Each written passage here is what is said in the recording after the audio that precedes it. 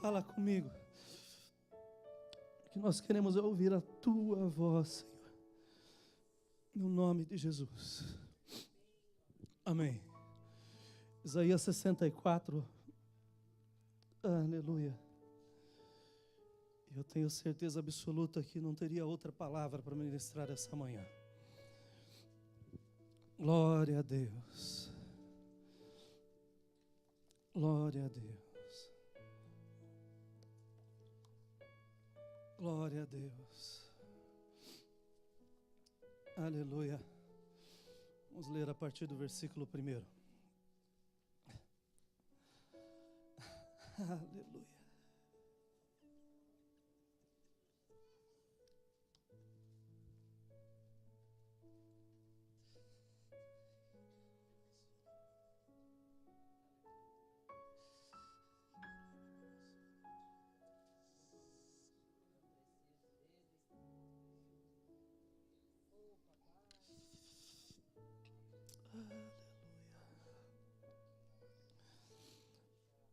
Oh, se fendesses os céus e descesses,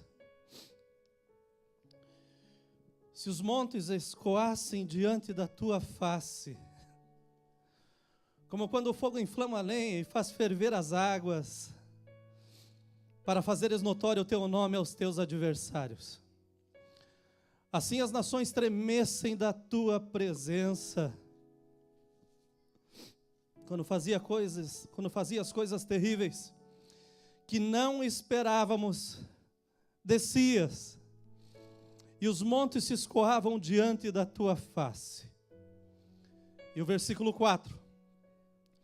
Porque desde a antiguidade não se ouviu, nem com os ouvidos se percebeu, nem com os olhos se viu um Deus além de ti, que trabalhe para aquele que nele espera.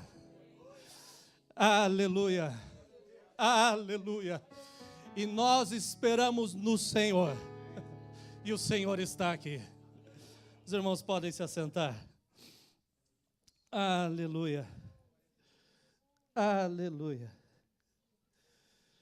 Eu creio que o Senhor decidiu descer na casa hoje. Aleluia, aleluia. Um fato recente que me chamou a atenção sobre a onipotência, a onipresença de Deus nesses últimos tempos, foi uma notícia no jornal sobre um grupo de 4 pescadores que saíram para pescar nas costas do México e foram recolhidos 9 meses depois na costa da Austrália por um navio africano. Eles ficaram à deriva 9 meses no mar, em um barco de 3 metros por aproximadamente 1,5 metro de largura. Quando esses homens foram localizados, dos poucos pertences que tinha dentro do barco, e os 4 com vida, um deles tinha uma Bíblia na sua mão. E eu escutei esse homem falar, e esse foi um testemunho em muitos lugares onde essa notícia chegou, que ele disse que o Senhor era o alimento. Que nos momentos que eles pensavam que tudo estava para acabar, de repente chovia. E a água eles acumulavam naquilo que eles tinham, um pedaço de lona, alguns potes plásticos, eles acumulavam aquela água, e aquela água servia para eles irem se hidratando um pouco. E quando eles tinham fome, de repente descia no barco pássaros, ou subia à superfície peixes, e com isso eles se alimentavam. E durante 9 meses o nosso Deus esteve ali, mostrando que Ele é onipotente e onipresente, e cuidando de um filho que nele esperava. Mas eu pensei, porque além de ter essa Bíblia na mão de um deles, teve um outro que desceu e ele tinha a imagem de uma santa, a Guadalupe. E ele saiu dizendo que a santita havia salvado ele. E eu creio que foi o meu Senhor que salvou ele e a santita. Mas nesse ambiente muito pequeno existiam 4 mundos e praticamente um universo com 4 deuses, porque os outros 2 não se manifestaram. Foram salvos, E o crente começa a falar que nesses momentos Deus não somente falava com ele pela palavra, mas que ele sentia uma comunhão tão intensa com Deus que ele não sentiu o passar dos dias.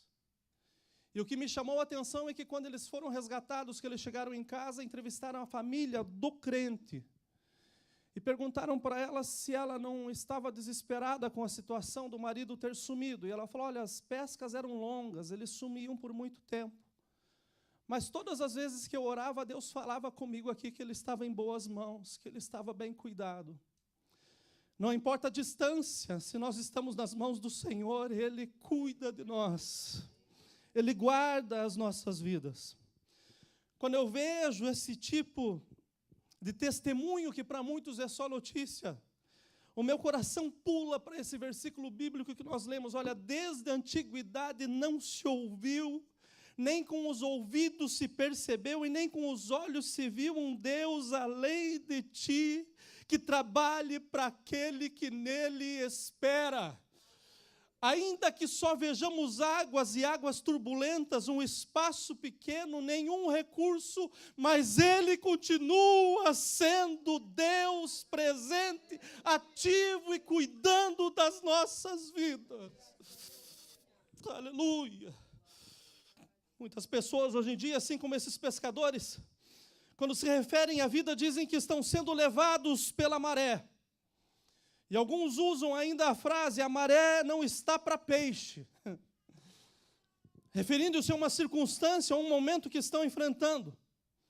E para alguns, este momento se torna eterno, se tornam dias lentos e longos, incontáveis noites mal dormidas, muita tristeza, muito desânimo, como se nada de bem pudesse acontecer nas suas vidas. Eu quero tomar essa história, e é uma história, e está acessível a qualquer um que quiser buscar. Eu quero tomar essa história dessa pequena embarcação, onde se encontra uma pluralidade religiosa. Em 4 pessoas existiam 4 mundos diferentes. E pense comigo, se o mundo se resumisse nessa embarcação, nós teríamos pelo menos 4 deuses ali representados. O nosso Deus, a Guadalupe, e 2 que não foram manifestos.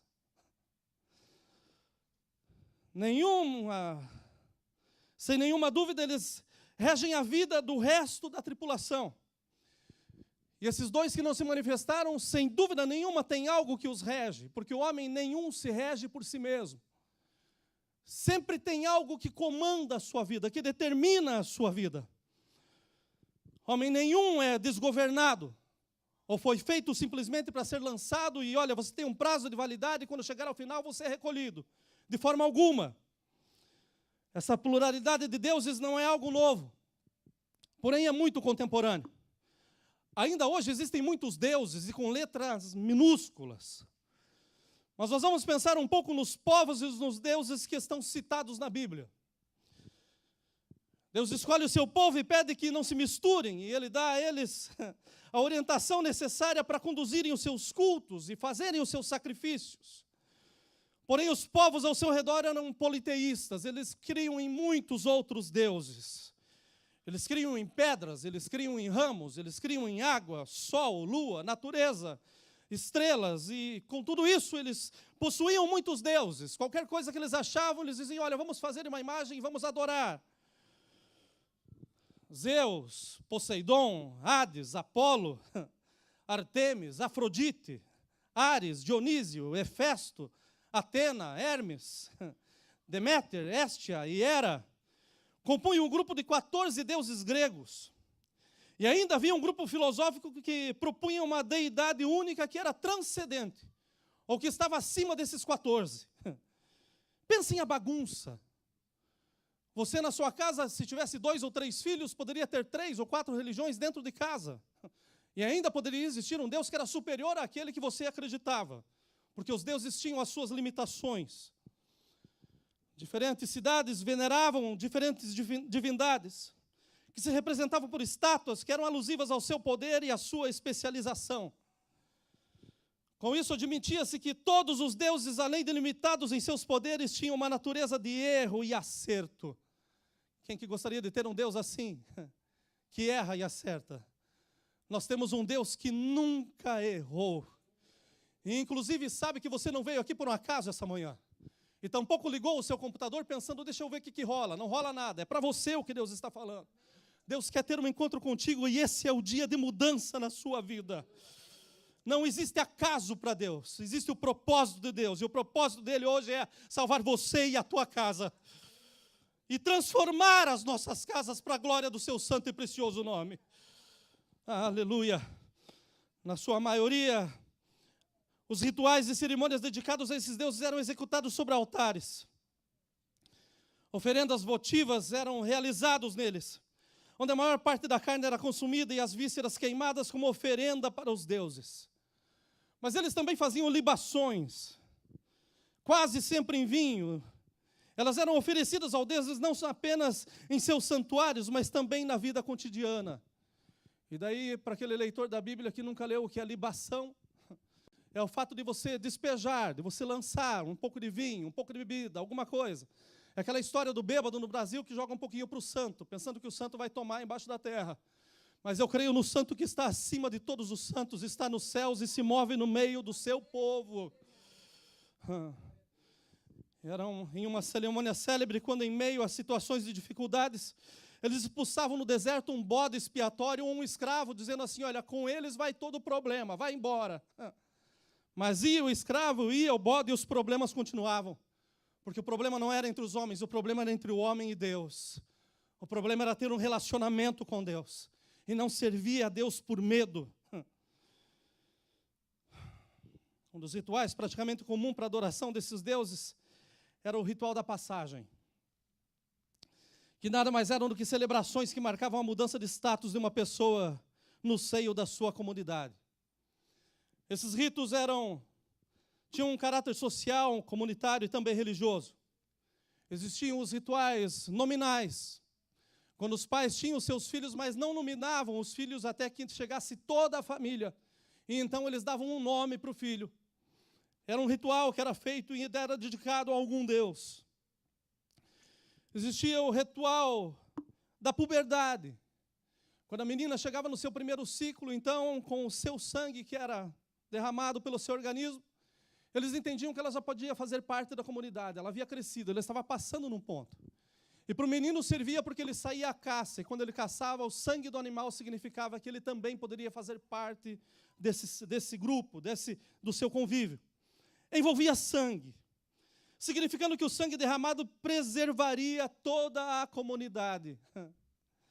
Eu só sei de um sangue que preserva a vida de qualquer homem. E esse é o sangue do nosso precioso Jesus Cristo, que foi derramado na cruz do Calvário, mas lavou as nossas vestes, nos colocou em pés, e por isso nós estamos andando de vitória em vitória para a sua glória. Aleluia!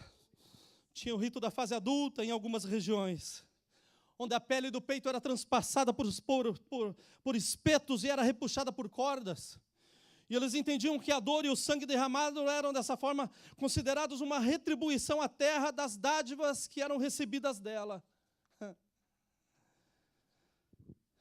E muitos faziam isso. Ainda hoje nós vemos muitos desses ritos acontecendo também no Brasil, em meio aos índios. Casualidades ou experiências traumáticas são atribuídas a ações dos deuses. Todo o mal que acontece é Deus que está fazendo.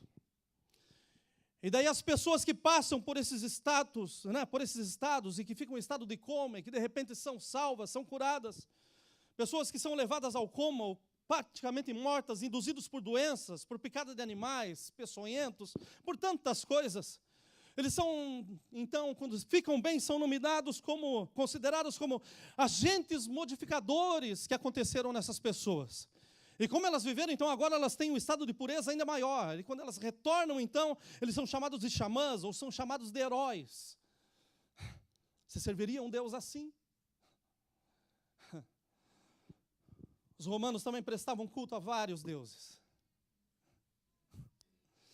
Prestavam culto aos lares, aos gênios. Divinizando também entidades abstratas como a fortuna, a vitória, ou também a paz.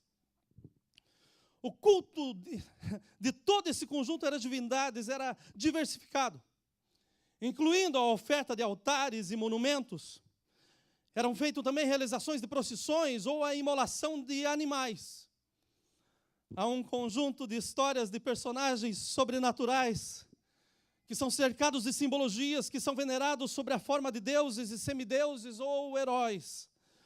Os romanos criam que Júpiter era o rei de todos os deuses, que Apolo era deus do sol e da verdade, que Minerva era a deusa do conhecimento, Plutão o deus dos mortos e do mundo subterrâneo, Netuno era o deus dos mares e oceanos, Juno era a rainha dos deuses, Baco o deus do vinho e das festas, Febo o deus da beleza masculina, da poesia, da música, Vulcano, o deus dos metais e do fogo, Saturno, o deus do tempo, e Psique, ou Psique, a deusa da alma. E daí eu penso que eles tinham que colocar tudo isso no liquidificador para ter um Deus que talvez fosse quase completo. Mas eles adoravam ele ou eles, e de nada acontecia, as suas vidas não mudavam, continuavam sendo a mesma coisa. Resumindo, é que pelo mundo a tolerância religiosa e o politeísmo entre os povos, mais evidenciado entre os gregos e os romanos, é considerado como riqueza da religião. Os deuses dos antigos romanos, à semelhança dos deuses gregos, eles eram antropomórficos, ou seja, eram representados como forma humana, e possuíam características como qualidades e defeitos de seres humanos. Como eu já disse, um Deus com defeito não é Deus. Eu creio que não seria nada fácil estar em um barco à deriva com esse povo. Mas se nós começarmos a pensar que no mundo hoje nós estamos num barco onde existe uma pluralidade ainda maior de deuses e de religiões, nós estamos fazendo a melhor e a única opção. Porque nós aceitamos a Jesus como Senhor e Salvador e nós servimos a Deus como nosso dono. Eu quero nessa manhã lhe apresentar o nosso Deus. O Deus que o profeta Isaías, sem palavras suficientes, tentou descrever dizendo: porque desde a antiguidade não se ouviu. Não tinham ouvido. Não tinham ouvido de um Deus que era completo. Não tinham ouvido de um Deus que muito mais do que fazer queria se relacionar. Um Deus que não estava tão alto que não pudesse descer e ter companheirismo, ter um convívio fraterno com aquele que o adora. Porque Deus da antiguidade não se ouviu. Nem com os ouvidos se percebeu. Olha, nada que fizesse um estalo dizendo é Deus. Não viram, não perceberam. Tampouco tinham visto com os seus olhos um Deus além do nosso Deus e que trabalha em favor para aquele que nele espera. A diferença do nosso Deus para todos esses deuses que fazendo um mix não serve de nada, é que o nosso Deus trabalha em nosso favor. E todos aqueles que buscavam um Deus tinham que se doar, se matar, se mutilar, se entregar de uma forma para ver se Deus os recebia.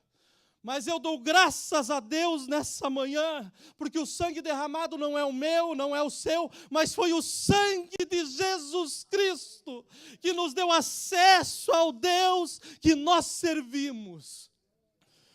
O Deus que não pede o teu sangue, mas que derramou dele em seu favor.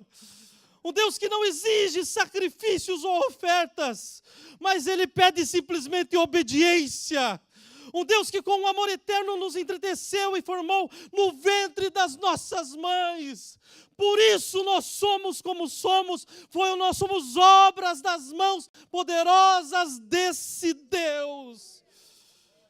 O Deus que te tirou do monturo e te fez assentar ao lado de príncipes. O Deus que te tirou do lamaçal e colocou teus pés sobre a rocha. O Deus que está assentado à destra do Pai, intercedendo por nós. E que hoje nos diz, não tema que eu te ajudo. Não te assombres, porque eu sou o teu Deus. Aleluia. Aleluia. Levando a vida como a maré. Você chegou no lugar certo hoje, porque o salva-vidas está aqui. O barco de resgate ainda está com as portas abertas. O Salvador ainda te diz, filho meu, eu não te esqueci.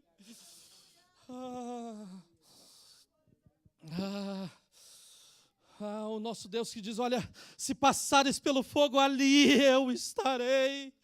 Pelas águas elas não te submergirão, pelo fogo ele não te queimará, e nem o cheiro ficará na sua roupa. O Deus que não precisa ser carregado, porque Ele se move e está andando aqui no nosso meio essa manhã. Ele é vivo. Aleluia. Deus que formou tudo e todos pelo poder da sua palavra. E que pela mesma palavra hoje te diz, não te formei eu. Não te chamei eu. Então esforça-te e tem bom ânimo. Não é hora de parar, não é hora de retroceder, é hora de avançar, porque Deus está conosco. Você não está à deriva. O Senhor te diz, você está nas minhas mãos e nada pode te arrancar delas. Então permaneça com o Senhor. Eu amo a mensagem do profeta Isaías.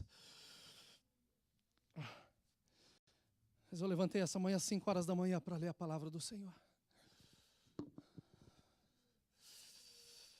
Aleluia. E o Senhor colocou esse pão fresco na minha vida, porque eu sei que tem propósito. Essa manhã eu me senti mais próximo de Deus do que o profeta Isaías. Não porque ele profetizou a vinda do Senhor Jesus, se ele veio. Mas porque eu posso descansar na promessa de que Ele virá outra vez para nos levar. Os meus olhos vão ver o que os olhos de Isaías não viram.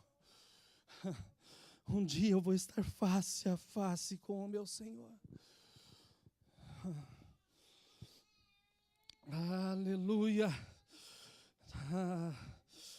Aleluia. Ele virá para nos levar. Hoje nós temos a palavra em nossas mãos.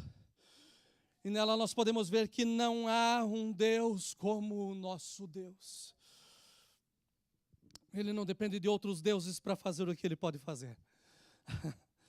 Porque para Deus não há impossíveis. Me diga algo que foi impossível para o nosso Deus fazer. E nós temos que jogar a palavra no lixo. Não há impossíveis para o nosso Deus. Nós temos na casa pessoas que foram curadas do câncer. Esse é o nosso Deus. Nós temos na casa mulheres estéreis que hoje é mãe de filhos no plural, e esse é o nosso Deus. Nós temos pessoas que chegaram aqui sem esperança de vida, mas olha, estão abundantes hoje, casados com família, dizendo, o Senhor é bom, é rocha eterna, e nela eu estou firmado. Nós temos nessa casa pessoas que eram alcoólatras, pessoas que tinham uma vida completamente perdida, mas esse nosso Deus, Ele transforma o pudim de pinga em pão de vida, e nós estamos felizes em estar na presença dEle. Esse é o nosso Deus. Aleluia. Não há impossíveis para o nosso Deus. E daí você chega na casa do Senhor no domingo de manhã, e esse ambiente, meus irmãos, está maravilhoso. O Espírito Santo está aqui, Ele está fazendo aquilo que é o trabalho dEle, convencendo, tratando, consolando, resgatando. Ele está fazendo aquilo que Ele ficou para fazer. Esse culto hoje é completo, porque é um culto de salvação de almas, transformação de vidas. O Senhor está aqui. Mas você chega na casa do Senhor com a sua mente empoderando tantas possibilidades, tantas saídas, enchendo a sua mente de tantas coisas, e às vezes o teu próprio pensamento tem sido o teu Deus, e nós precisamos nos esvaziar quando nós chegamos na presença dEle, mas nos esvaziar para que Ele mesmo nos encha, e é isso que Ele está fazendo aqui, tratando conosco individualmente, para que coletivamente nós possamos dizer: Hosana, Hosana, glórias ao nosso Deus. Eu não sei qual foi a condição que você chegou aqui essa manhã, mas eu estava escrevendo essa palavra de manhã e eu já estava vivendo esse culto aqui. Eu não sabia os louvores que seriam cantados, eu não sabia a palavra do pastor Jurandir, eu não sabia de nada do que estava passando, mas o Deus que já sabia que esse culto é história, estava lá comigo, enchendo o meu coração e dizendo que hoje é o dia de você firmar o seu pé sobre a rocha, de parar de ficar variando entre pensamentos, entre tantas coisas, fazer como o povo que pensava: esse Deus pode fazer isso, esse faz isso, esse faz isso. Não, nós temos um único Deus que pode fazer todas as coisas. Qual que é o impossível da sua vida? E eu te desafio a dizer a Deus e Ele não cumprir, porque Ele é Deus e tem poder para fazê-lo. Aleluia! Eu não sei qual foi a condição que você chegou aqui essa manhã. Eu sei da minha condição. Eu sei do Deus que eu sirvo e sei que Ele está aqui. Eu sei do Deus que faz coisas terríveis, como Isaías tinha falado.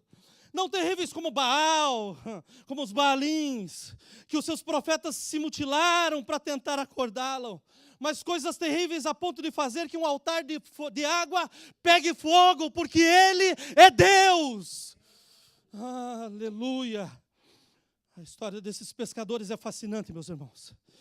E talvez hoje você esteja aqui pensando que está à deriva, está buscando uma saída.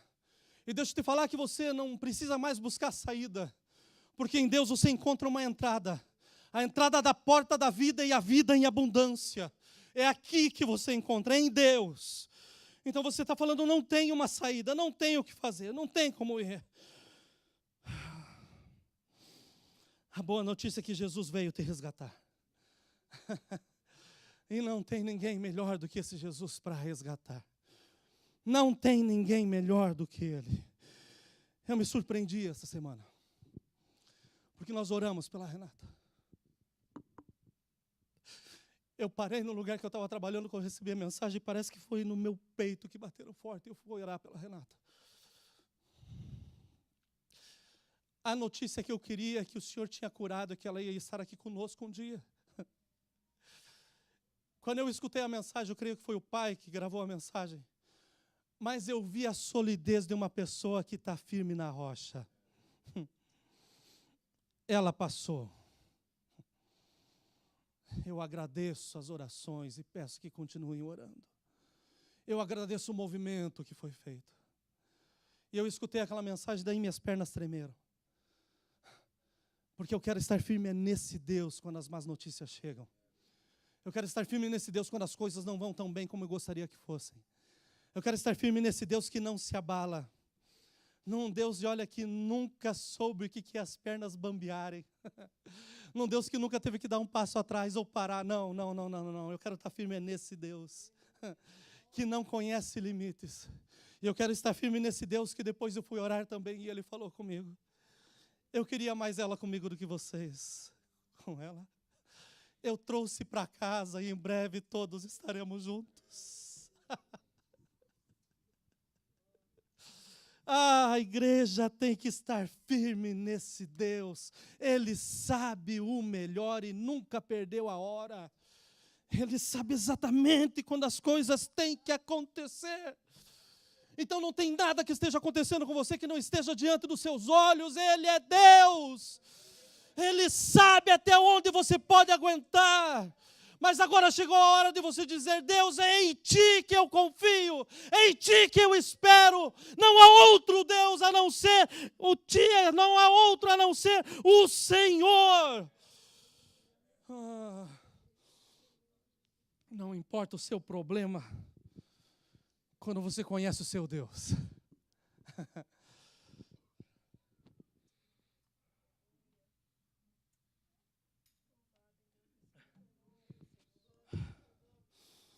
Não importa o seu problema quando você conhece o seu Deus.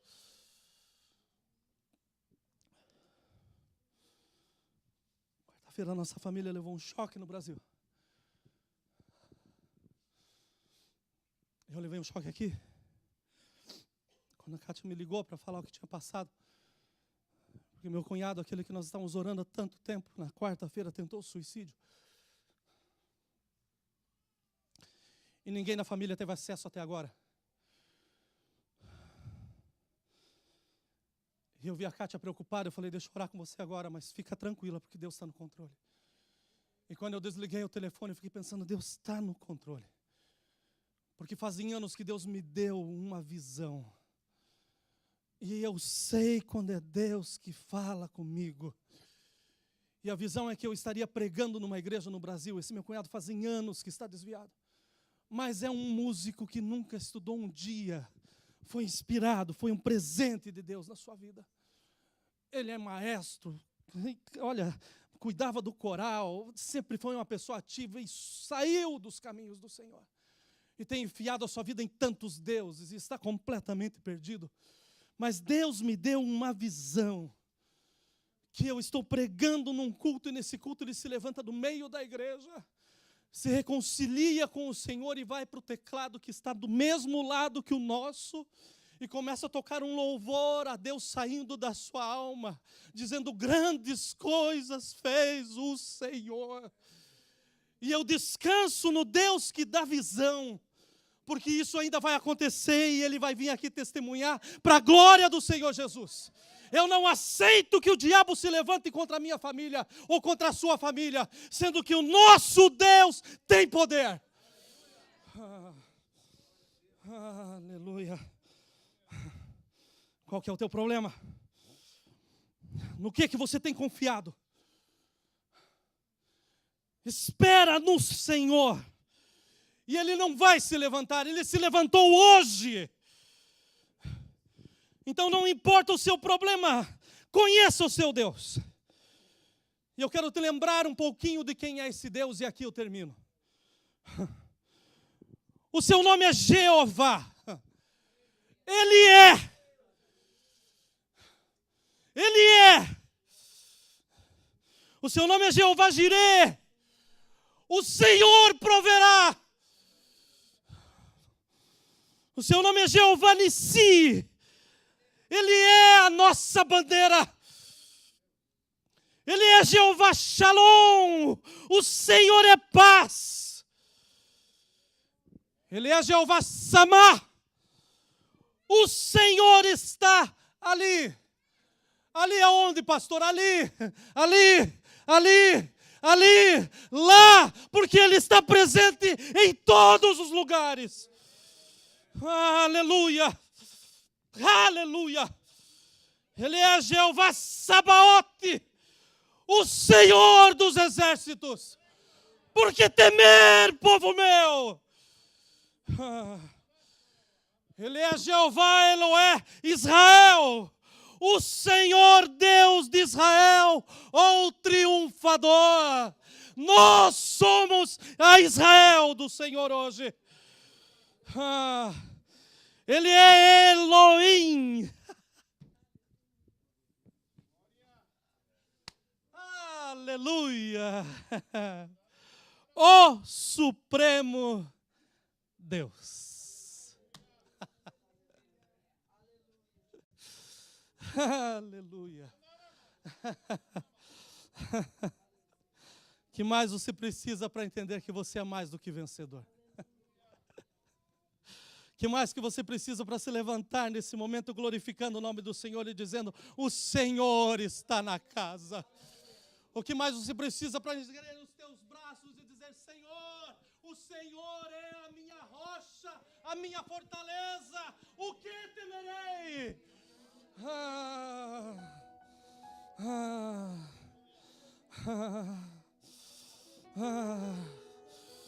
Mas talvez você esteja como esses homens do barquinho. Pensando que está à deriva na vida e que não encontrou um Deus. Mas essa manhã é a manhã de salvação, Ele está aqui. E Ele diz: todos vós que estáis cansados e oprimidos.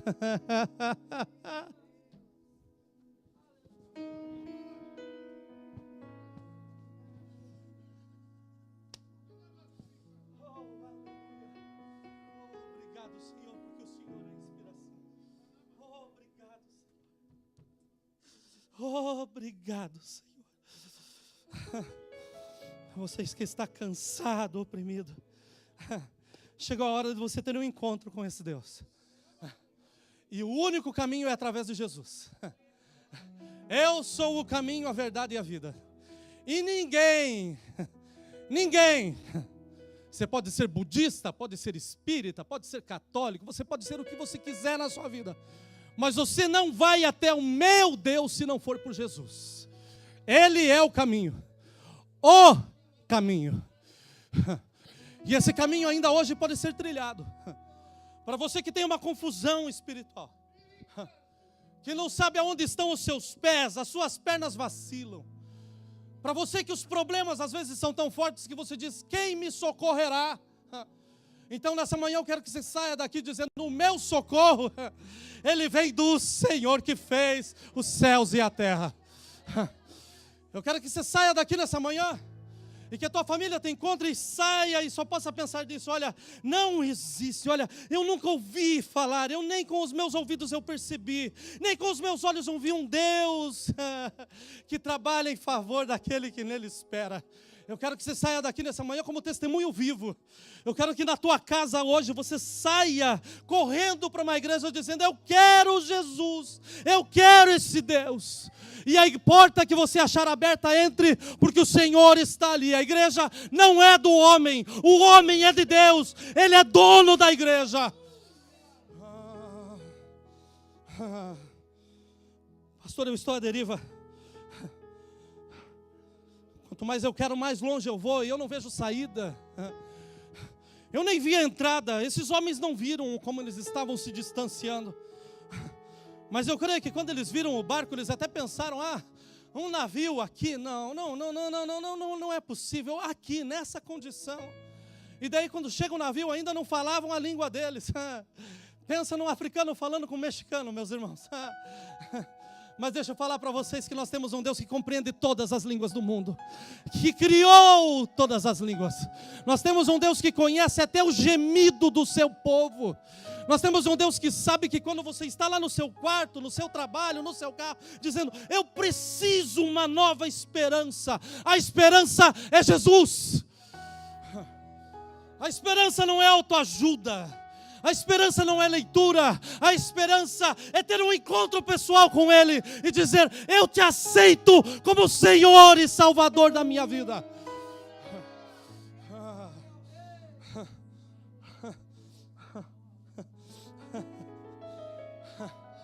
Aleluia.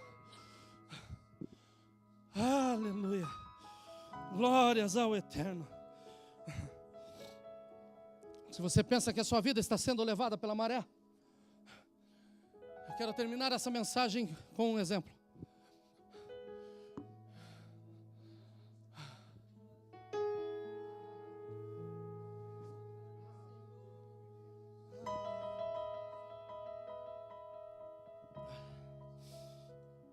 Se tem uma pessoa no mundo que ama o frio, sou eu.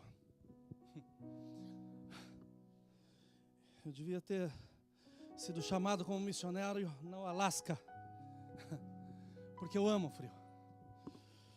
Mas me chama a atenção quando eu vejo esses programas na televisão, e tem um programa muito bonito que está mostrando o mundo, as paisagens do mundo, a criação. Eles não falam que é a criação, mas eu estou vendo o dedo do meu Deus ali. E esses dias eu estava observando os icebergs, que por menor que seja, ele é enorme, gigantesco. Mas me chamou a atenção numa cena, tanto que eu gravei o programa depois para assistir de novo. Porque ao mesmo tempo que os icebergs, os de cima, estavam indo para um lado, parecia que os grandes estavam indo para o outro. Eu falei: será que é coisa da minha cabeça? Deixa eu assistir de novo. Eu coloquei de novo para assistir, assisti muitas vezes, meus irmãos. E aquele que parece pequeno está sendo levado com a maré. Mas aquele que está lá embaixo, que não tem como saber a profundidade, a dimensão, não tem como saber o tamanho, ele está indo realmente para o outro lado. E daí o Espírito Santo falou comigo. Aqueles que estão na superfície são levados pela água, pelo vento. Mas aqueles que estão na profundeza são levados pela correnteza das águas. Chegou a hora, meus irmãos, de nós mergulharmos mais profundo no Deus que nós servimos. De sairmos da superfície. Dificuldades todos encontram. Mas aqueles que estão lá no fundo, olha, sabendo que quem dá a corrente, né? Quem lida nas profundezas é um só. É o nosso Deus. Que nunca ouviram falar, que nunca viram, mas que nós o conhecemos de perto. Querem a melhor notícia? Um dia nós vamos vê-lo face a face. Tudo isso acaba um dia. Então, o meu conselho, meus irmãos, é para a gente se aprofundar no Senhor.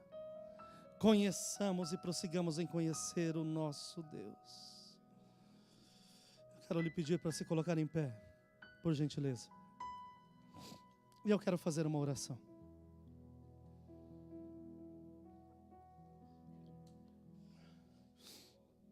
E eu creio que essa manhã é uma manhã de esclarecimento. Essa manhã é uma manhã de salvação. E eu vou pedir para vocês que gentilmente fechem os seus olhos, por gentileza. Todos. Eu queria que você olhasse para dentro de você mesmo agora. Eu queria que você sondasse para ver se você encontra esse Deus que Isaías estava falando. E se você encontrar esse Deus, você pode começar a glorificar o seu santo nome. Mas se você não encontrá-lo, eu quero te convidar para dar a caminhada mais sincera, talvez a mais curta e a mais difícil, que é a caminhada do lugar que você está até aqui onde eu estou. E eu quero orar com você nessa manhã. Eu quero que você saia daqui com a certeza que esse nosso Deus tem coisas ainda maiores para fazer na sua vida. Se você ainda não o conhece como Senhor e Salvador através de Cristo, esse é o dia que Ele tem feito para que você se alegre e regozije nele. Eu vou orar dentro de 1 minuto, mas o convite está aberto. Plano para salvar